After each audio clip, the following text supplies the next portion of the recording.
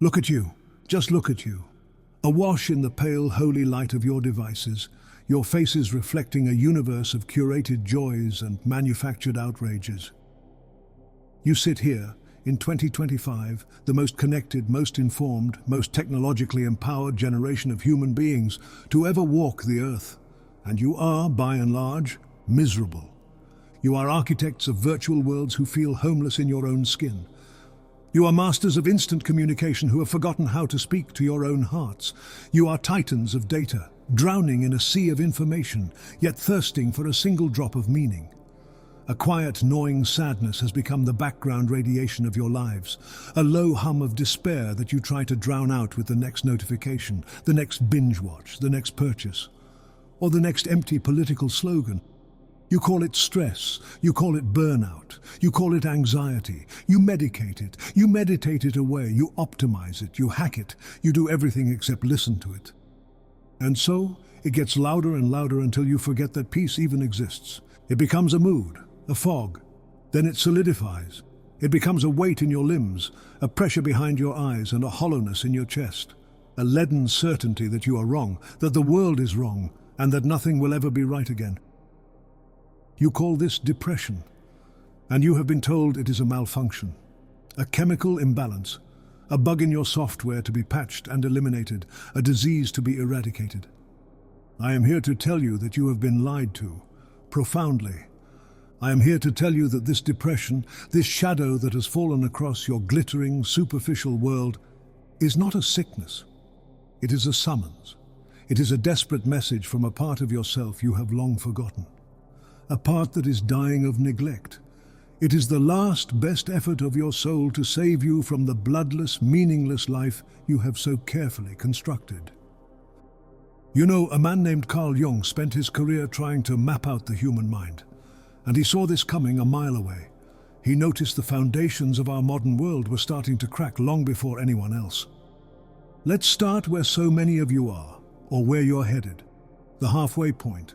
The summit you climbed so hard to reach, only to find the view is of another higher mountain you have no energy to ascend. Jung observed this with the precision of a cartographer. He wrote in the Stages of Life, "Statistical tables show a rise in the frequency of cases of mental depression in men about 40. In women, the neurotic difficulties generally begin somewhat earlier. We see that in this phase of life, between 35 and 40, a significant change in the human psyche is in preparation." A change is in preparation. He does not say a breakdown is occurring, he says a change is being prepared. By what? By whom? Not by you, certainly. You were busy meeting your KPIs, raising your children, updating your profile, and securing your retirement. No, no, no. This change is prepared in the deep unseen cellars of the psyche. Jung continues. At first, it is not a conscious and striking change. It is rather a matter of indirect signs of a change, which seems to take its rise from the unconscious. Often it is something like a slow change in a person's character. In another case, certain traits may come to light which had disappeared in childhood, or again inclinations and interests begin to weaken, and others arise to take their places. Does this sound familiar? The passion for your career suddenly feels like a hollow echo. The social life that once defined you now feels like a tedious performance. The things you thought you wanted, the promotion, the bigger house, the perfect family photo for Instagram, you get them and the taste is ashes in your mouth. You have successfully played the game, only to realize you were playing for the wrong prize, on the wrong board, against an opponent who was you all along. This is the great crisis of the afternoon of life.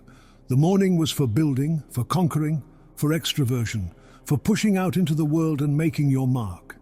You built a persona, a functional mask to present to society, and it worked, it got you this far. But the sun has passed its zenith, and the journey now leads not further out but deeper in. The soul, starved during the morning's frantic activity, begins to cry out. And its cry is depression. It is a demand for a new orientation, a new meaning that the old, outward-facing values can no longer provide. You try to fight it. You double down. You get a new car. You start a punishing new exercise regimen. You have an affair. You get obsessed with politics, finding a temporary sense of purpose in righteous anger. Jung saw this too. It also frequently happens that the convictions and principles which have hitherto been accepted, especially the moral principles, commence to harden and to grow increasingly rigid until somewhere towards the age of 50, a period of intolerance and fanaticism is reached. It is then as if the existence of these principles were endangered, and it were therefore necessary to emphasize them all the more. Look at the sheer, brittle fanaticism of our public discourse in 2025. It is the sound of millions of people in their midlife crisis, clinging desperately to their morning life principles as the ground shifts beneath their feet. They shout louder because they are terrified of the silence within. The silence where the depression waits to speak its truth. They are terrified of the Nigredo.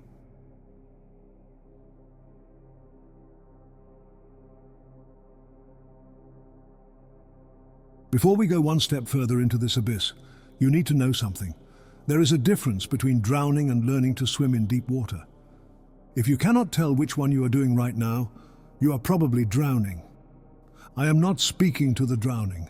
If you are thinking with any seriousness about ending your life, if the thought has progressed from passing darkness to actual plan, actual method, actual goodbye, you're in a medical emergency. Full stop. Call someone now.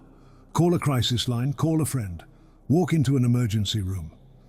I don't care if it feels weak or dramatic or like you're bothering people. You are bleeding out and arguing about whether the wound is philosophically meaningful. Get pressure on the wound first. If you cannot get out of bed, if you cannot work, if you have stopped eating, stopped bathing, if the basic architecture of being human has collapsed, this essay is not for you. Not yet. You are in acute crisis. You need medical intervention the way a person with a broken leg needs a cast before they can train for a marathon. There is no nobility in dying for lack of asking for help. The depression I'm speaking to is different. You're functional. You go to work. You smile at the appropriate times. You can perform the basic rituals of being alive. You are not drowning. You're walking on the ocean floor in a diving suit, and the suit is running out of air, and you are beginning to realize you have forgotten which direction is up. That is emergence, the slow suffocation of a soul that has gone too far in the wrong direction. Here is what you need to understand about medication. I am not your enemy if you take it. Antidepressants are not the villain of this story.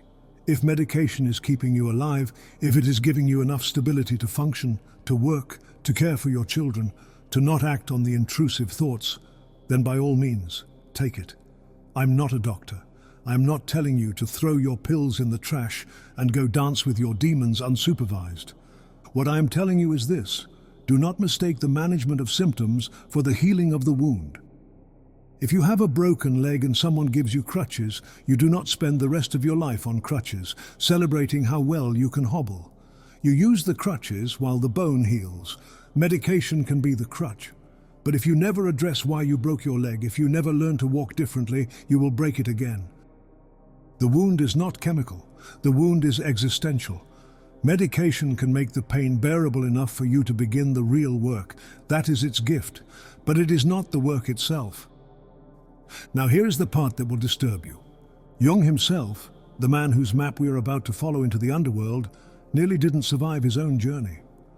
Between 1913 and 1917, he experienced what he later called his confrontation with the unconscious. He had visions. He heard voices. He spoke to entities that rose from his psyche like gods demanding sacrifice. His colleagues thought he was going insane. He thought he was going insane. He wrote years later about walking along the lake near his home, fantasizing about putting a gun to his head. He was a psychiatrist. He knew the symptoms. He was having a psychotic break, and yet somehow he knew it was also something else. Something sacred and necessary and real. What saved him? He had a wife. He had children. He had a medical practice. He had a house, a routine, daily obligations that forced him to return to the surface. Even as he descended each night into the visions, he had structure. He had a container strong enough to hold the chaos. He also, critically, had someone to talk to.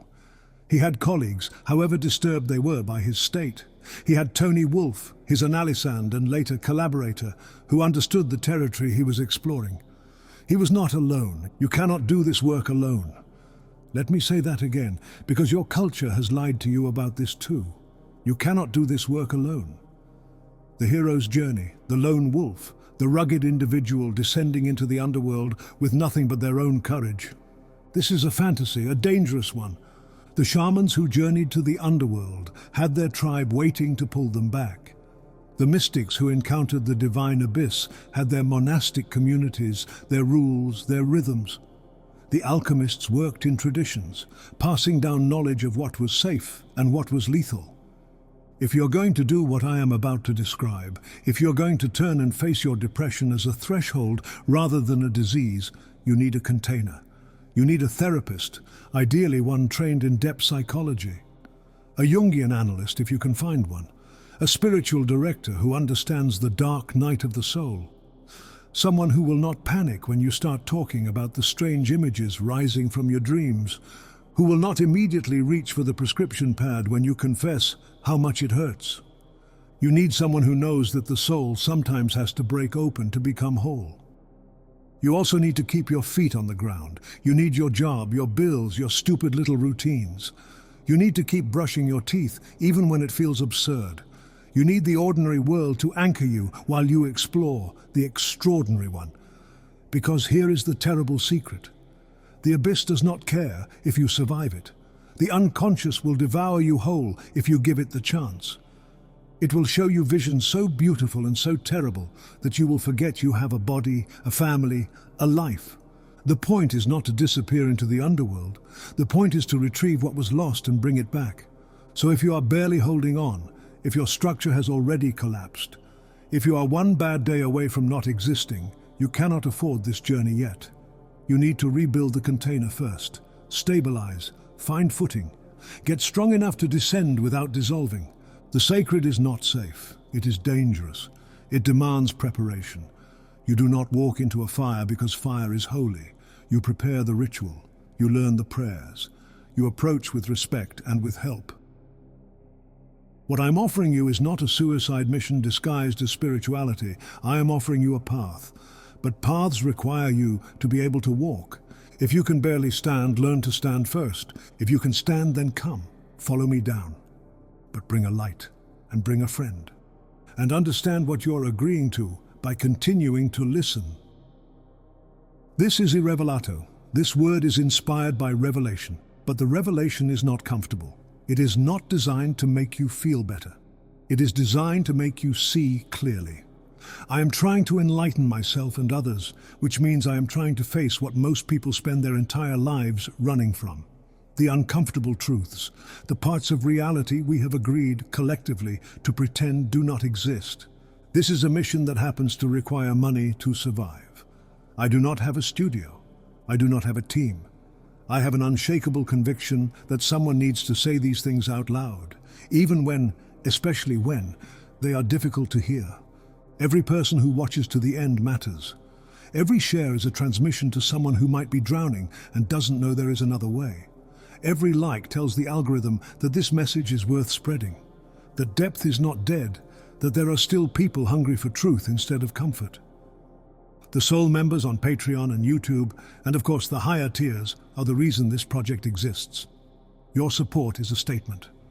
You are saying, with your money and your attention, that this kind of work deserves to exist in a world that would prefer we all stay distracted, medicated, and obedient. If you're able, join them. If you cannot, then watch, listen, and share. Be part of this small resistance against the flattening of human experience into something manageable and profitable and dead. Now, having said what needed to be said about the real world, let us return to the underworld.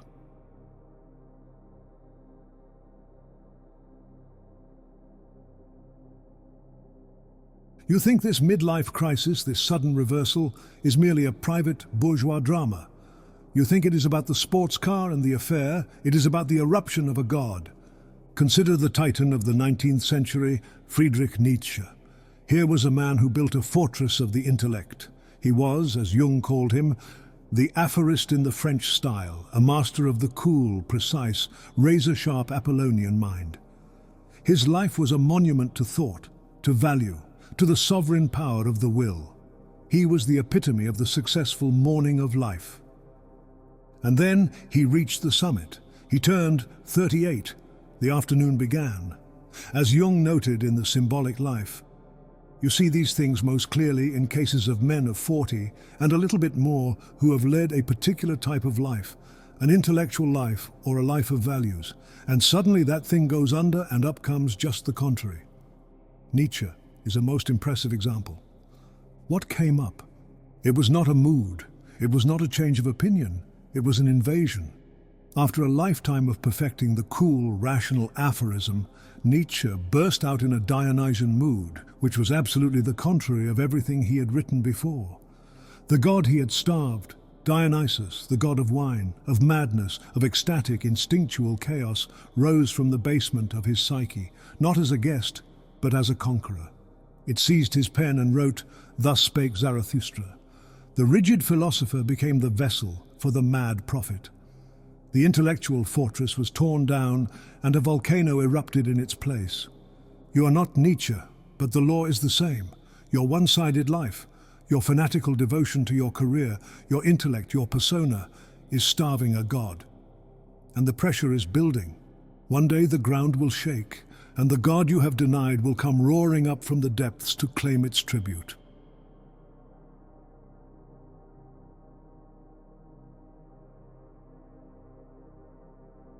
You think of alchemy as a fool's quest to turn lead into gold, a pseudoscience, how modern, how delightfully ignorant.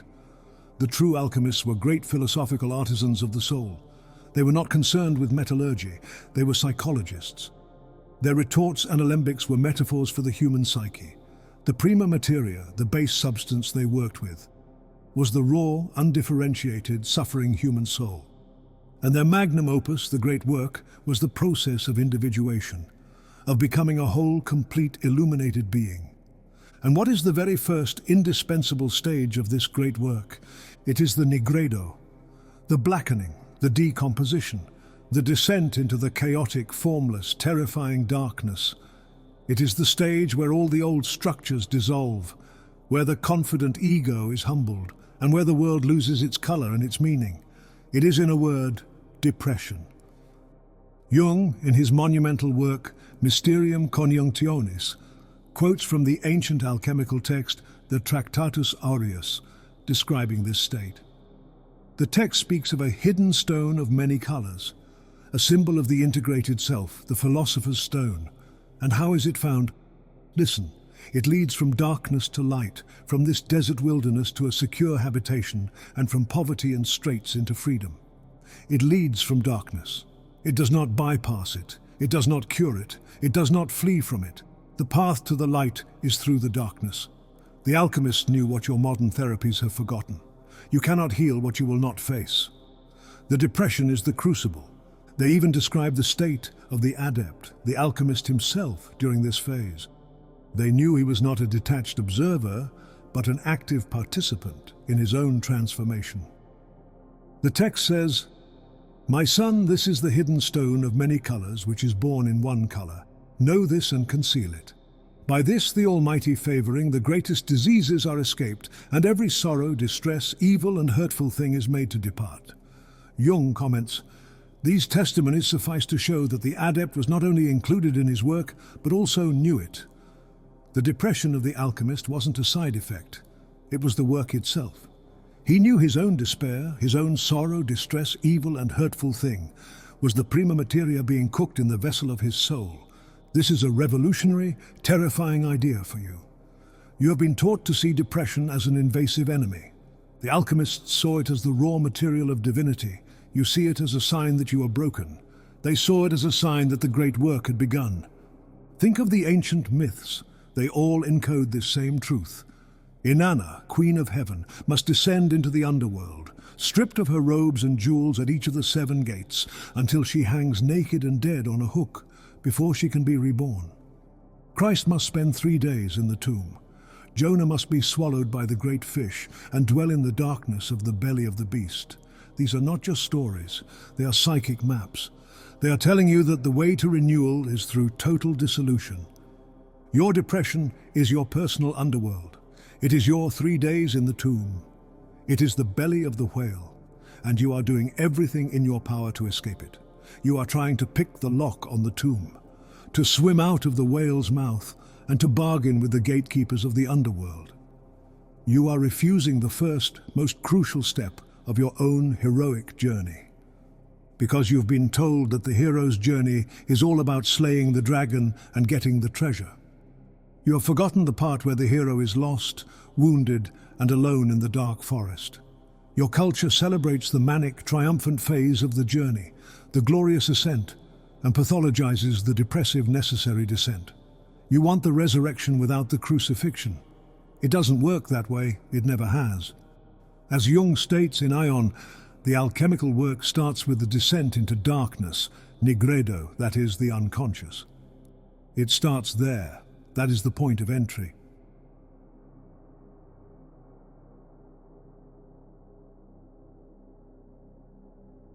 You wonder at the origin of this malaise, this feeling of being stuck, this sense that you have trespassed somewhere you should not have. You seek its cause in your childhood, in your biochemistry, in your society. But what if the wound is older? What if the depression is the echo of a crime committed at the dawn of human consciousness? Jung saw this. He looked at the ancient rituals, the kindling of new fire at Eastertide, and he saw a memory of the first human who bored a stick into wood and created flame. This was not a simple discovery. It was, he wrote in Symbols of Transformation, a Promethean theft of fire. In that moment, humanity wrested a secret from nature, made himself guilty of an unlawful intervention, incorporating a fragment of the age-old unconscious into the darkness of his mind. With this theft, he appropriated something precious and offended against the gods. Every tool, word, and shred of self-awareness you possess is a spark stolen from that original unconscious fire. Your ego is the fortress you built with that stolen light. But the gods, which is to say the great impersonal archetypal forces of the psyche, do not forget. They demand payment. The depression is that payment. It is the long overdue bill for your consciousness. It is the uneasy conscience of the thief. The primordial fear of consequence that the primitive knows in his bones, but that you, modern man, have forgotten how to read. Your standstill, your loss of energy, is the gods of the unconscious reclaiming the energy you stole to build your rational, well-lit world. It is Prometheus, chained to the rock, his liver devoured daily by the eagle of his own repressed instinctual nature. Your depression is your inheritance as a conscious being. It is the shadow cast by the light you so proudly wield.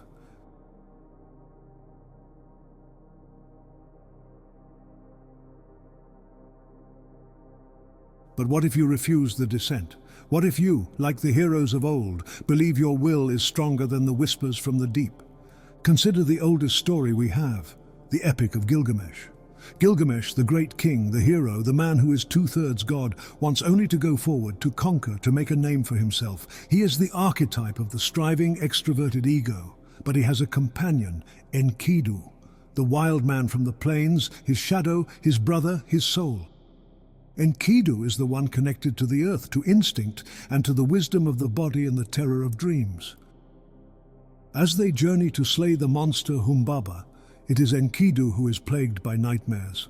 As Jung recounts in The Symbolic Life, Enkidu is brave and very strong, but he is nervous about the enterprise. He is depressed by bad dreams and pays a lot of attention to them. Enkidu is very superstitious. He has had bad dreams on the way to the forest and has forebodings that things will go wrong.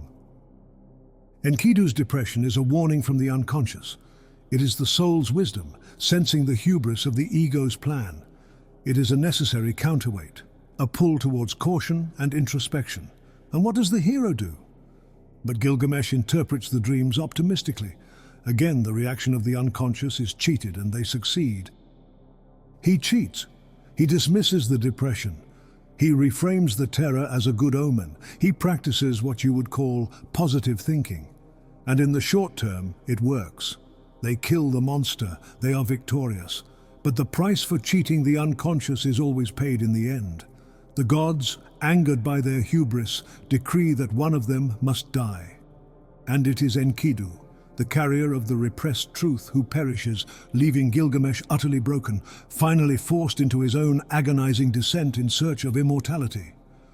You are all Gilgamesh, and your depression is the voice of your inner Enkidu. It is the part of you whispering that the path you are on, the promotion you are killing yourself for, the persona you are desperately maintaining, is a violation of your deeper nature. And you interpret it away. You tell yourself to be grateful. You look on the bright side. You cheat. The ultimate form of this cheating is mania. Mania is not the opposite of depression. It is its secret twin, its panicked flight. It is the ego, terrified of the encroaching darkness, inflating itself with a burst of frantic, unsustainable energy. Jung saw this dynamic in what was then called manic-depressive insanity. He observed how a person can swing violently between two opposite poles of being. If you consider the case of manic-depressive insanity, you occasionally find that in the manic phase one function prevails, and in the depressive phase another function prevails. For instance, people who are lively, sanguine, nice and kind in the manic phase, and do not think very much, suddenly become very thoughtful when the depression comes on, and then they have obsessive thoughts and vice versa. This is the psyche trying desperately to find balance, swinging wildly because it cannot integrate. The manic high is a defense, a glorious, glittering, rocket-fueled sprint away from the profound truth waiting in the depressive low. It is Gilgamesh on a victory tour, deaf to the dying whispers of his own soul.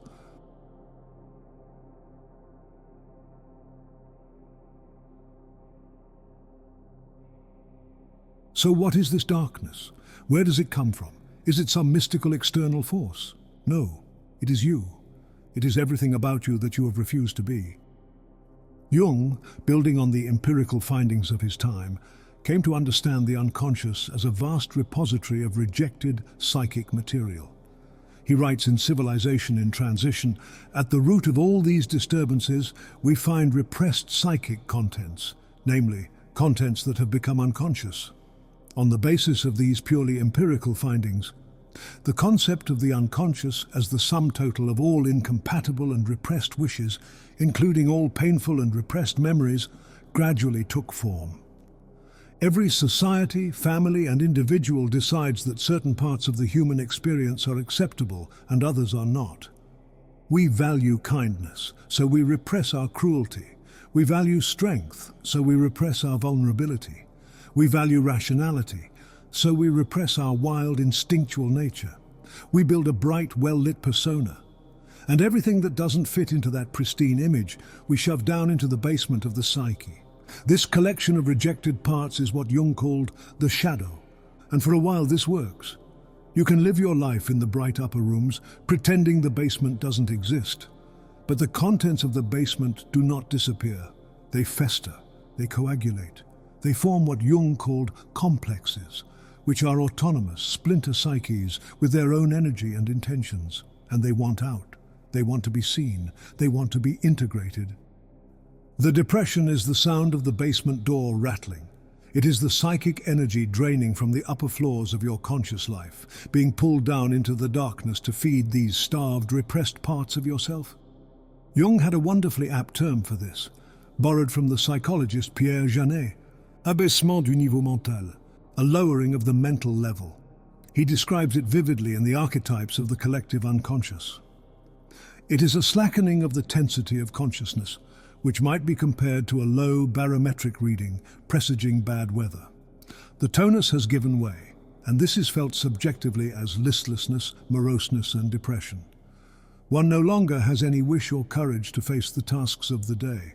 One feels like lead, because no part of one's body seems willing to move, and this is due to the fact that one no longer has any disposable energy. Where did the energy go? It wasn't destroyed, it has been withdrawn. It has been pulled into the unconscious to energize the shadow. The depression, this paralysis of the will, is a forced introversion. Your conscious ego wanted to keep charging ahead with its plans, its ambitions, and its carefully curated life.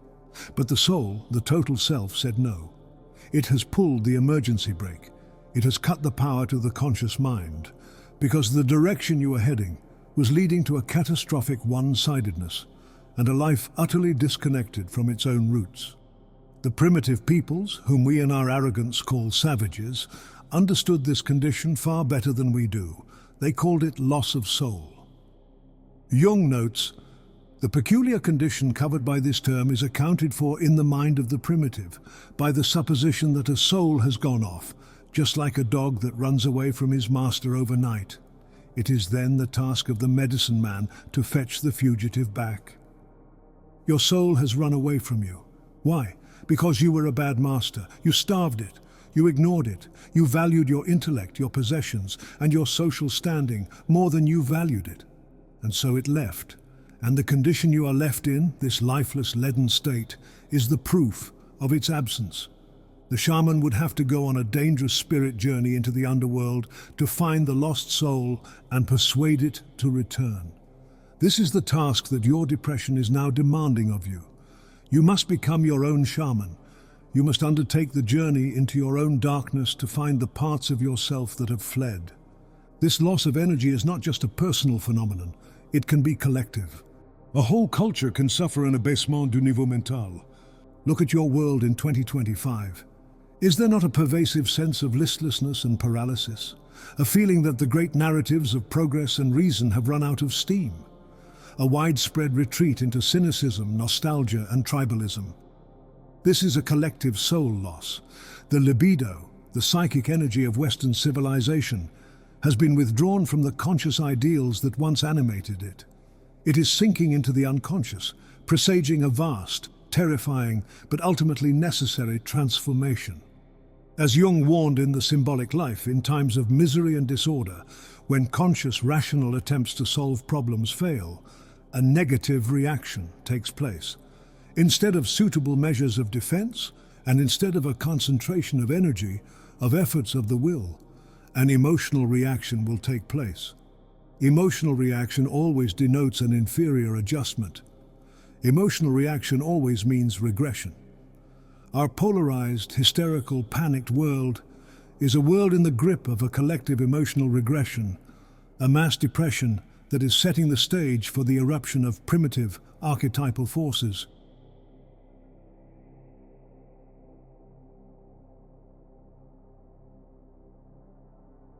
And so you come to the doctor, to the therapist, to the guru, desperate for an answer to one question: why? You offer up your reasons, your justifications for the darkness. It's the economy. It's my marriage. It's the long winter. You are like a patient Jung describes in The Structure and Dynamics of the Psyche, who can give any number of rationalistic reasons. The bad weather alone suffices as a reason. But none of them is really satisfying as an explanation. Why are they not satisfying? Because they are lies you tell yourself to maintain the illusion of control. The truth is that a simple, causal explanation is a comfort only to an outsider. It allows them to categorize you, to file you away. For the one inside the darkness, the why is a pointless distraction. Jung saw that the outsider does not feel the challenge which, for the patient, lies in the depression. The challenge, not the cause. Depression is not a problem to be solved. It is a question being asked of you. And your intellect, the very faculty you trust most, is utterly useless in answering it. It is, in fact, the enemy. Jung saw this in his clinical practice, with a patient who, after a long analysis, understood everything about his condition. And yet, however, intellectual understanding made no difference to his depression. In cases of this sort, the doctor should spare himself the useless trouble of delving still further into the causality. For, when a more or less exhaustive understanding is of no avail, the discovery of yet another little bit of causality will be of no avail either. Writes Jung in 2 essays in analytical psychology. Your why is a shield.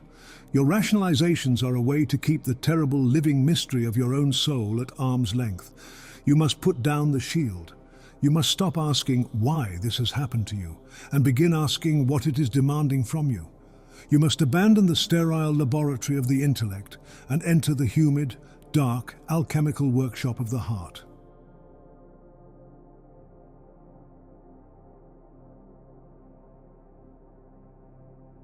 So you abandon the search for a cause. The sterile question of why has failed you. Now you stand disarmed of your intellect before the raw fact of your suffering, and a new, more terrifying question begins to form in the silence. By whom? You think you are alone in your depression. You are not. You are in the grip of a force. You have been taught to call these forces complexes and bundles of repressed emotion. a neat, clinical term. But it is a lie of simplification. The ancients, the primitives, had a better name for them. They called them spirits, they called them gods. Jung, a modern man with an ancient soul, knew this. He saw that these inner forces can produce sudden confusions or violent effects, depressions. In short, they behave in such a way that the primitive theory of spirits strikes one as being an uncommonly apt formulation for them, as he notes in structure and dynamics of the psyche. From this point of view, depression is not a chemical sludge. It is an autonomous agent. It has an intelligence. It has a will. It moves through you. It speaks with your voice. It thinks with your mind. It is a possessing spirit, a god you have neglected, who has finally come to claim its temple. You do not have a depression, it has you. And what if this possession is not an accident? What if it is not a bug in the system, but a feature? In his study of historical cycles, Ion, Jung made a breathtaking observation about the great turnings of the world, saying, "The ploughing or mastery of the earth is undertaken at the command of the Father." Thus God not only foresaw the enantiodromia that began in the year 1000, but also intended it. He intended it. Let that terrible thought land. What if the God in your disease, the spirit in your depression, is there by design? What if your personal collapse is not meaningless chaos, but a necessary teleological event, a sacred ploughing of your hardened, fallow soul, undertaken at the command of a force infinitely greater than your ego? It means your suffering has a purpose. It means you are not a victim of random pathology. You are the subject of a divine and terrifying intervention.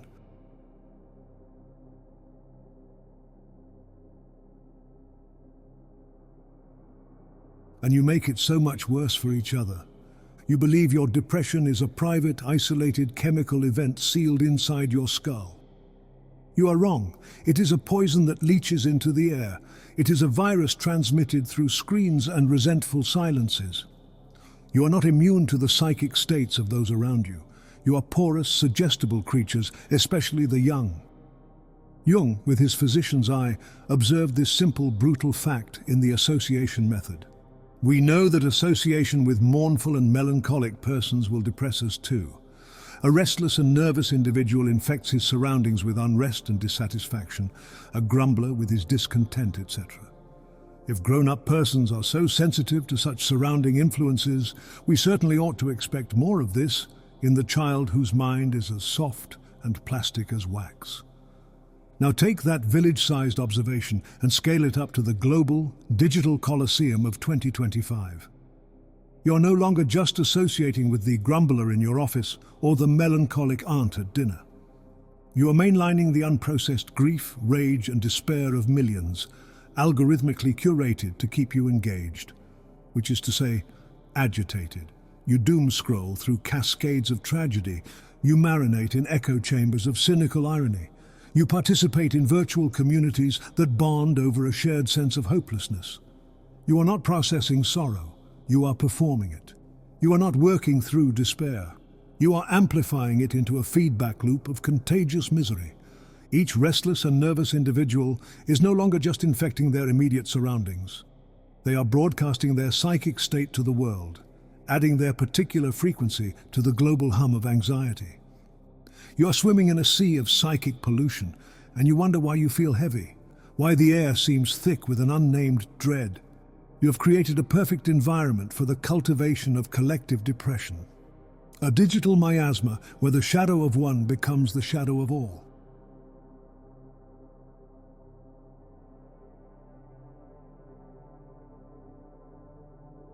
And what is the final destination of this contagious despair? This collective Abaissement du Niveau mental? When the individual is too weak to face the darkness alone, when the rational will has been shattered, a final, terrible regression takes place. A flight from the hell of the self into the hollow security of the mass. Jung witnessed this firsthand in the smouldering ruins of post-war Europe, a continent drowning in a definite psychological condition, characterized by definite emotions such as depression, fear, despair, insecurity, unrest, and resentments of every description, as we read in The Symbolic Life. He asked, what happens when a conscious, rational attempt to overcome misery fails? The result is an emotional, primitive, and inferior reaction. It is a surrender of the individual to the herd.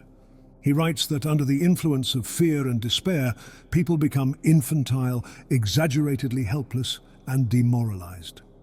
And this helplessness leads directly to a clustering together in masses for the sake of gregarious security. This is the genesis of the mass man. It is the birth of the mob, the tribe, the political movement that promises simple answers to complex pain. It is the magnetic pull of the strongman, the comforting chant of the slogan, the warm, mindless embrace of the echo chamber.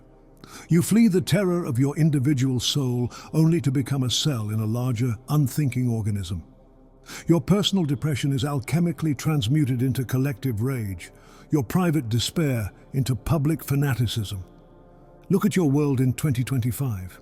Look at the digital tribes, the political polarization, the desperate clustering into ideological fortresses. You're witnessing the psychological death rattle of millions of individuals, escaping the challenge of their own individuation by dissolving into the anonymous, adrenalized security of the herd. This is the ultimate regressive healing, to sacrifice the soul for the safety of the crowd.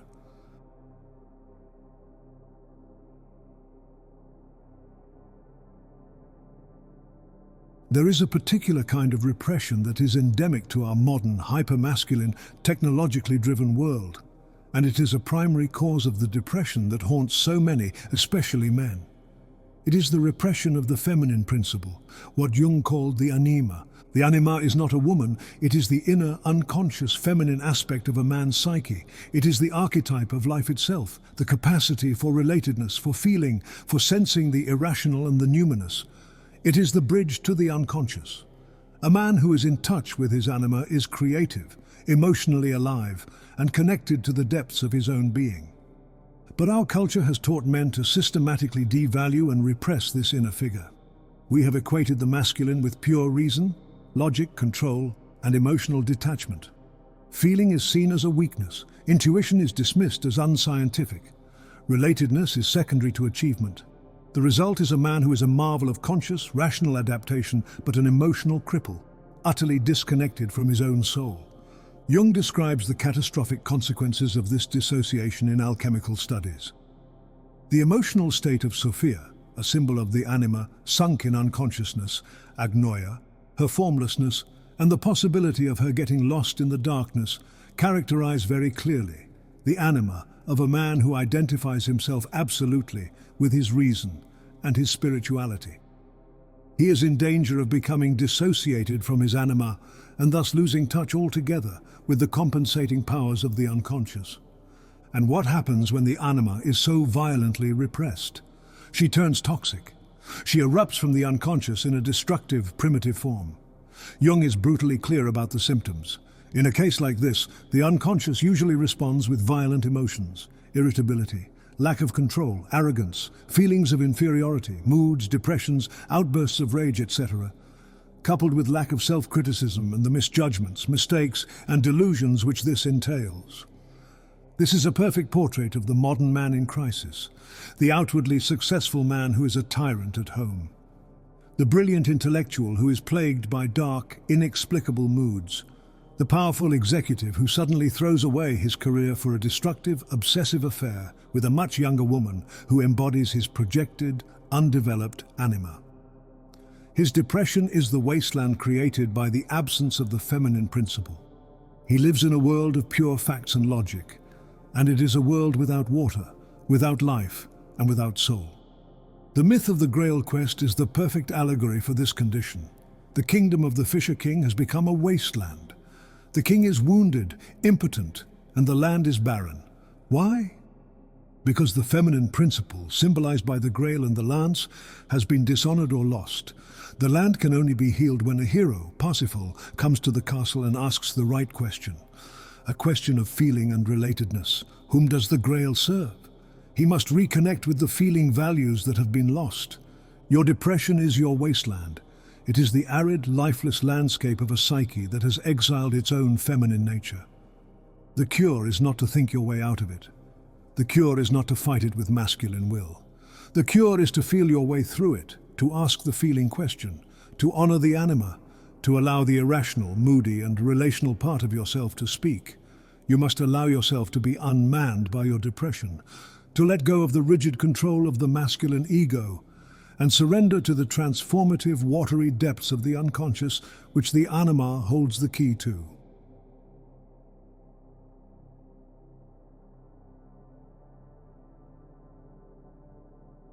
So I've given you names for this darkness: Nigredo, soul loss, the Wasteland. I've given you maps drawn by the ancients, by alchemists, by the cartographers of the soul. Now I want you to take all those maps and set them on fire. They are useful only to convince you that the territory is real. They are useless for navigating it, because your darkness is not a chapter in a textbook. It is a living, singular wilderness, and you are the first and only human being to ever set foot in it. Listen, this is the most important and most terrifying truth. As Jung stated in Man and His Symbols, with the simple finality of a master physician, there is no therapeutic technique or doctrine that is of general application, since every case that one receives for treatment is an individual in a specific condition. There is no system, there is no 5-step plan, there is no guru, no book, no AI, no doctrine that can save you. To believe in one is to hand over the keys of your own soul. Your psyche is not a mass-produced automobile, for which a universal manual exists. It is a unique star with its own physics. It is a world with its own gravity, its own climate, its own undiscovered species. Anyone who offers you a map is a liar. The work is not to follow a path, but to create one, step by agonizing step, through the untrodden landscape of your own being. You are the only authority on the geography of your own hell.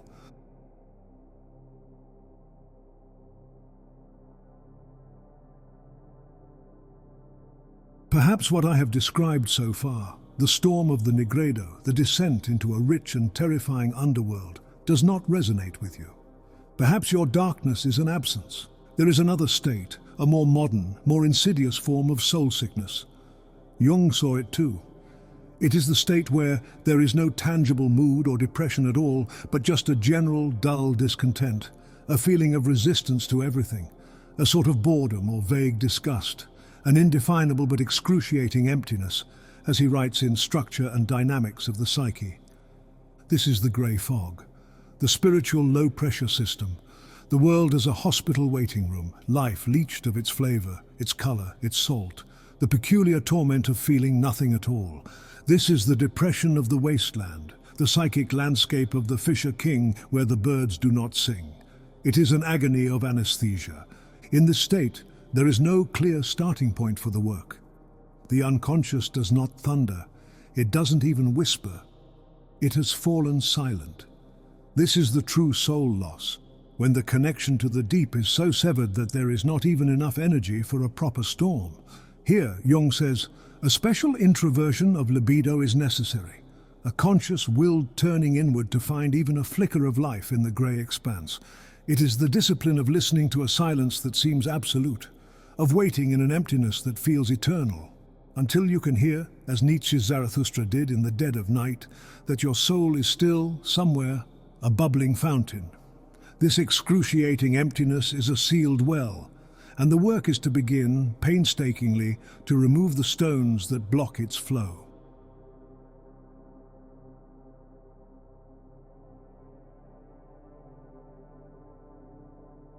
Lest you think this is only a malaise of middle age, let us turn our eyes to the young, for they are suffering perhaps more than any generation before them.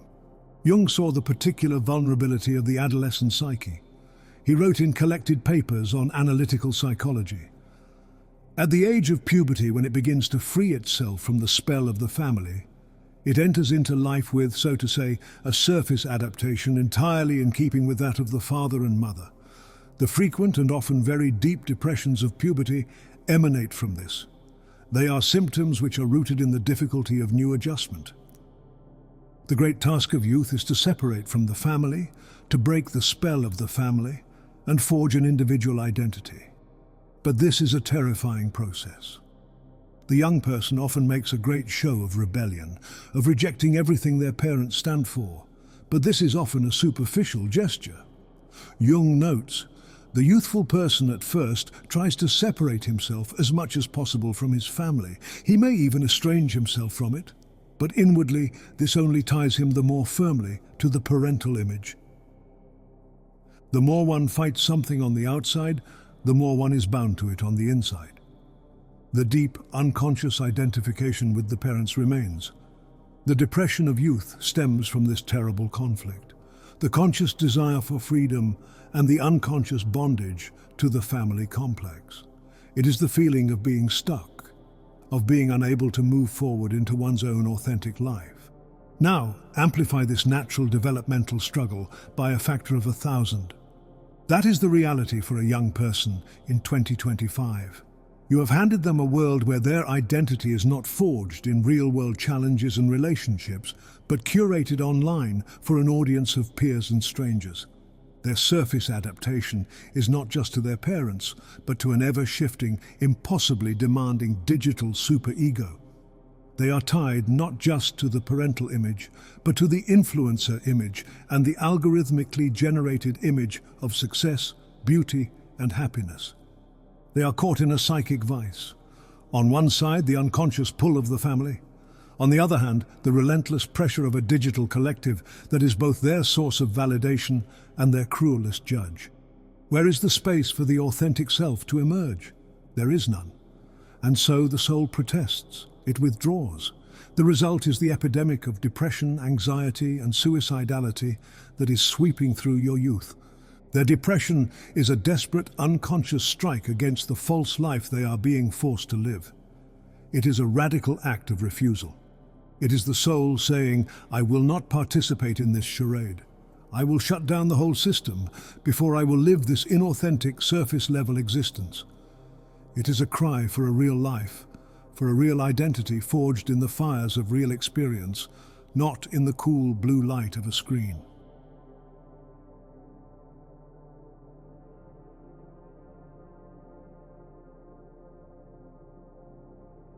So the crisis comes. The breakdown, the bankruptcy, the divorce, the debilitating depression. The dark night descends, and then what? You survive, you emerge, blinking into the light. You tell everyone you are better. But are you? Or have you simply patched the wound with fear? There is a kind of healing that is not a healing at all. It is a diminishment. It is a retreat. Jung saw this with devastating clarity. Take his example from 2 essays in analytical psychology of a businessman who suffers a financial catastrophe. If he does not allow himself to be discouraged by this depressing experience, but undismayed, keeps his former daring, perhaps with a little salutary caution added, his wound will be healed without permanent injury. But if, on the other hand, he goes to pieces, abjures all further risks, and laboriously tries to patch up his social reputation within the confines of a much more limited personality, then, technically speaking, he will have restored his persona in a regressive way. He will, as a result of his fright, have slipped back to an earlier phase of his personality. He will have demeaned himself. This is the ghost in your machine, the spectre of the person you once were, haunting the shrunken, terrified shell you now inhabit. This regressive restoration is the great lie you tell yourself after a trauma. You pretend to be healed, but all you have done is built a smaller, safer cage. You have not integrated the lesson of the darkness. You have simply sworn never to go near the dark again.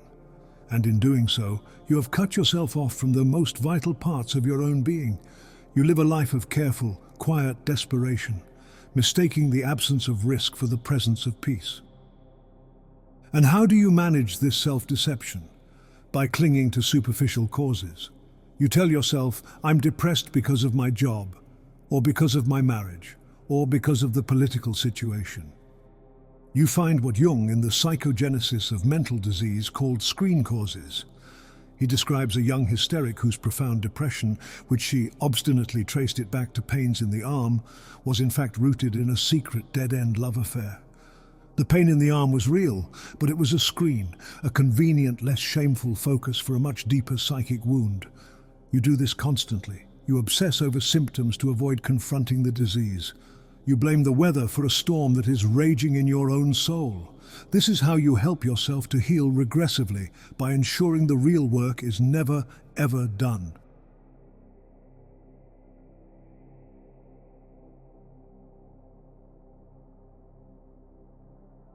Why does it feel so catastrophic? Why does depression feel like the world is ending, like your very self is dissolving into nothing? Because it is. You think of your personality or your ego as a solid, stable thing. It is not. It is a construct, a synthesis of beliefs, habits and defenses, painstakingly built over years. And this is precisely what the depression has come to dismantle. The experience is not one of passive suffering. It is an active, violent and utterly necessary deconstruction. Jung, in his psychiatric studies, touches on this when he writes, "Emotion has a decomposing action on the mind, reduces its synthesis and makes it, for the moment, wretched. Emotions, especially depressive ones such as fear, disorganize the mental syntheses. Their action, so to speak, is analytic." Its action is analytic. Think of that. Depression is an analyst. It is a chemical solvent that dissolves the false connections, the rigid assumptions, and the brittle defenses of your persona. It is taking you apart. It is breaking you down to your constituent elements so that you can see what you are truly made of. This is why it is terrifying. It feels like death because a part of you is dying. The old ego, the Gilgamesh who cheats the unconscious, the businessman who restores his persona regressively, must psychologically die. The depression is the sacred agent of that death. It is the solutio of the alchemists, the stage where the hardened, fixed matter is dissolved back into the primordial waters of the prima materia. You're not falling apart. You are being disassembled, and the terror and wretchedness you feel is the resistance of the old structure fighting for its life.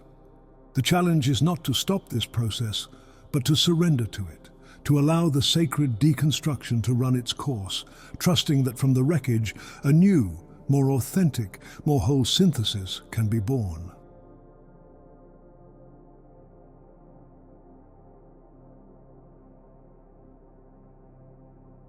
Let's say you heed the call. You turn inward. You begin the work of self-searching. You must be warned. This is a confrontation, and it carries its own profound dangers. The first glimpse of your own shadow, of the parts of yourself you have denied and repressed, is a psychic shock, and the reaction can be just as one-sided as the ignorance that preceded it. As Jung observed in The Symbolic Life, for one person deeper knowledge of himself is a punishment, for another a blessing. In general, every act of conscious realization means a tensing of opposites. Faced with this tension, many collapse. One type of person, upon discovering the devil concealed within them, identifies with it completely.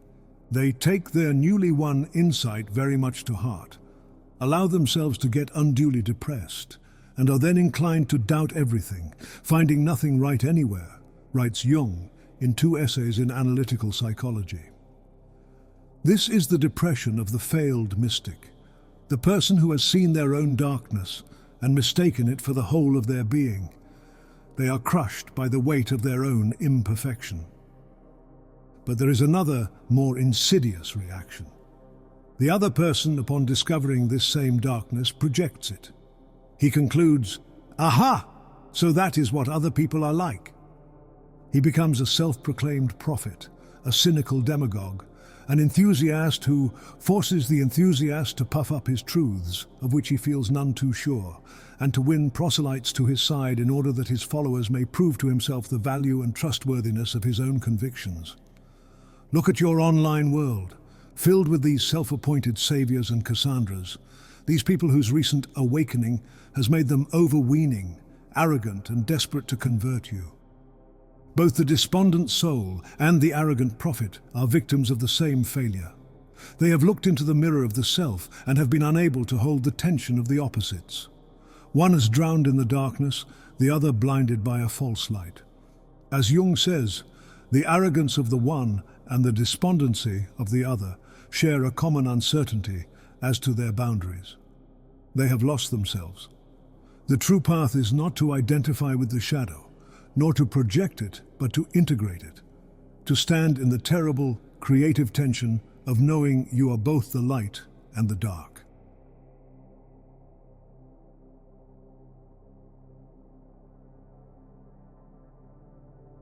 So what is to be done? If depression is not a disease to be cured, but a summons to be answered, how does one answer? If it is a descent, How does one navigate the underworld? The first step, and the most radical, is to change your attitude, to stop fighting, to stop trying to escape. The energy you are expending trying to fix your depression is the same energy you need for the journey. The depression itself is the guide. Jung, in Symbols of Transformation, gives the essential instruction. But what robs nature of its glamour and life of its joy is the habit of looking back for something that used to be outside instead of looking inside into the depths of the depressive state. This looking back leads to regression and is the first step along that path. Depression should therefore be regarded as an unconscious compensation whose content must be made conscious if it is to be fully effective.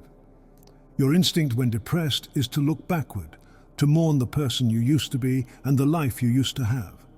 This is a trap, a sterile regression into nostalgia. Jung insists on a conscious regression. You must turn and face the depression itself. You must go with the depressive tendency, but do so consciously. You must enter the darkness with a lantern in your hand. How? By giving the depression a voice, by treating it not as a monolithic mood, but as a psychic entity with something to say. Jung developed a method for this he called active imagination. It is a process of consciously engaging with the figures of the unconscious. He explains the rationale in the structure and dynamics of the psyche. The patient would like to know what it is all for and how to gain relief. In the intensity of the emotional disturbance itself lies the value, the energy, which he should have at his disposal in order to remedy the state of reduced adaptation. The energy is in the depression, the task is to unlock it. The process is one of creative engagement. Out of this preoccupation with the object, the affect, the mood, there comes a more or less complete expression of the mood, which reproduces the content of the depression in some way, either concretely or symbolically. The whole procedure is a kind of enrichment and clarification of the affect, whereby the affect and its contents are brought nearer to consciousness, becoming at the same time more impressive and more understandable. You must give your depression form, paint it, write about it, dance it, speak to it, ask it questions. What do you want from me? What part of me are you? What have I failed to see? Do not try to reason with it. Do not judge it. Simply allow the images, words and feelings to emerge from the darkness without censorship. This is the beginning of what Jung called the transcendent function, the collaboration of the conscious and unconscious minds to create a new third position, a synthesis that transcends the original conflict. This is the beginning of the transcendent function, that is, of the collaboration of conscious and unconscious data. By engaging with the depression, by honoring its images and messages, you are building a bridge between the ego and the vast forgotten world of the unconscious. You are fetching the lost soul. This is not easy. It requires courage. It requires a willingness to feel the pain you have been avoiding. As Jung says in The Symbolic Life, working with the unconscious brings an increase of tension at first because it activates the opposites in the psyche by making them conscious. It will get worse before it gets better. In some cases, this is why you need support. A therapist trained in depth psychology, a Jungian analyst, a trusted guide. If you're already barely holding on, you need stabilization before you need soul work. You cannot do active imagination if you cannot stay alive. You are consciously entering the Nigredo, the blackening. You are agreeing to be cooked in the alchemical vessel. But what emerges from this process? A new attitude, a new center of personality. The old brittle ego with its one-sided certainties is humbled and expanded. The lost parts of the self, the shadow, the anima, are integrated, bringing new life, new energy and a profound sense of wholeness. The depression lifts not because it has been defeated, but because it has been heard. Its purpose has been fulfilled. It has delivered its message and forced the necessary transformation. A flash of lightning strikes a black sphere. This was an image from one of Jung's patients, a visual representation of the healing process. He explains in the archetypes of the collective unconscious. Two phases are represented. First, a black sphere signifying a state of profound depression, and second, the lightning that strikes into this sphere. Ordinary speech makes use of the same imagery. Something strikes home in a flash of revelation. The revelation, the insight, the healing strike does not come from outside. It comes from within the blackness itself, once you have had the courage to enter it and pay attention.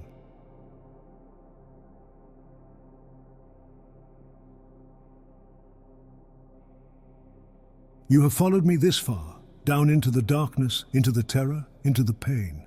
You have done so on a promise, the promise of wholeness. But what does that mean? What is the prize for surviving the crucible? It is not happiness, it is not peace. It is something far more strange and far more profound. Jung, in the midst of his own cataclysmic confrontation with the unconscious, a period of breakdown that nearly destroyed him but from which all his greatest work was born, kept a secret record. He describes a state that is the key to this whole mystery. He confesses in his private journals we now know as memories, dreams, reflections. During those weeks I lived in a strange rhythm. By day I was usually depressed. I felt weak and wretched and scarcely dared to stir. He knew your state, he lived in it, the leaden limbs, the gloom, the sense of a drab, broken world. But that is not the end of the story. Jung writes, "Toward evening I would fall asleep. Then I would come to myself and lie awake for about an hour, but in an utterly transformed state. It was as if I were in an ecstasy. I felt as though I were floating in space, as though I were safe in the womb of the universe, filled with the highest possible feeling of happiness. This is eternal bliss, I thought. This cannot be described, it is far too wonderful. This is the secret. The bliss is found in the midst of the depression. The ecstasy coexists with wretchedness. The womb of the universe is the abyss itself." But please understand that Jung had spent decades preparing for this. He had his family, his practice, his training, his structure. He could afford to fall apart because he had built something strong enough to catch him. You need that container too. This isn't about glorifying suffering, it's about transforming it with the right support. This is the great work. It is to become a vessel large enough, strong enough to hold the darkness and the light at the same time. It is to find the eternal bliss by realizing that the abyss is the ground of your being and the paradoxical source of all life. Your depression is the training ground for your divinity. It is the fire that tempers your soul until it can bear the terrible and beautiful truth of who you really are.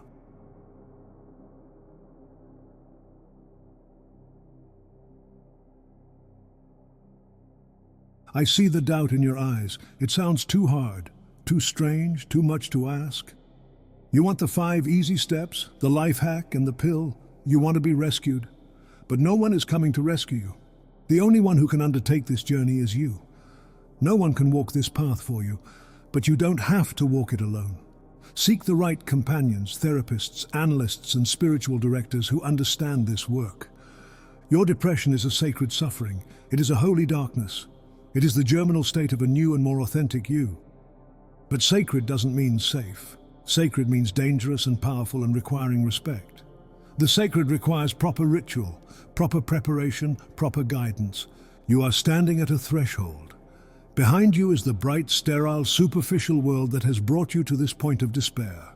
Before you is a dark, uncertain but meaning-filled path that leads deep into the center of your own soul.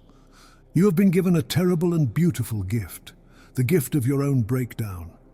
The carefully constructed stage set of your life has collapsed, and you have a chance for the first time to see what is real.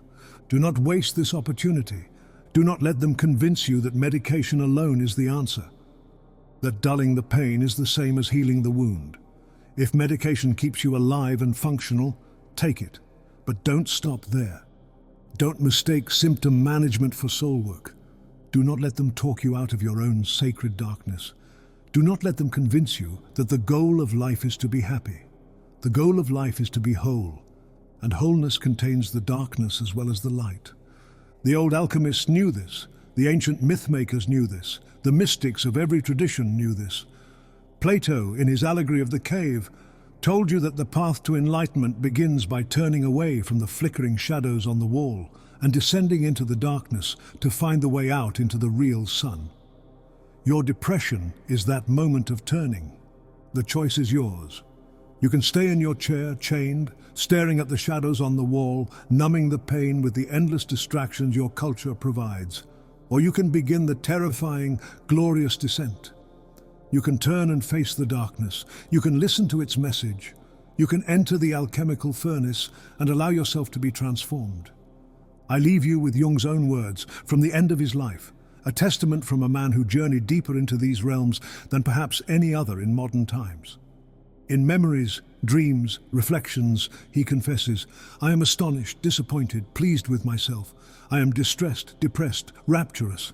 I am all these things at once and cannot add up the sum. I am incapable of determining ultimate worth or worthlessness. I have no judgment about myself and my life. There is nothing I am quite sure about. I have no definite convictions, not about anything really. I know only that I was born and exist, and it seems to me that I have been carried along. I exist on the foundation of something I do not know. In spite of all uncertainties, I feel a solidity underlying all existence and a continuity in my mode of being. This is the goal, not a perfect, happy and untroubled state, but the capacity to hold the opposites, to be distressed and rapturous, to live without final certainty, resting on the profound, mysterious foundation of the unknown, to be whole. Your depression is your invitation to this deeper life. Will you accept?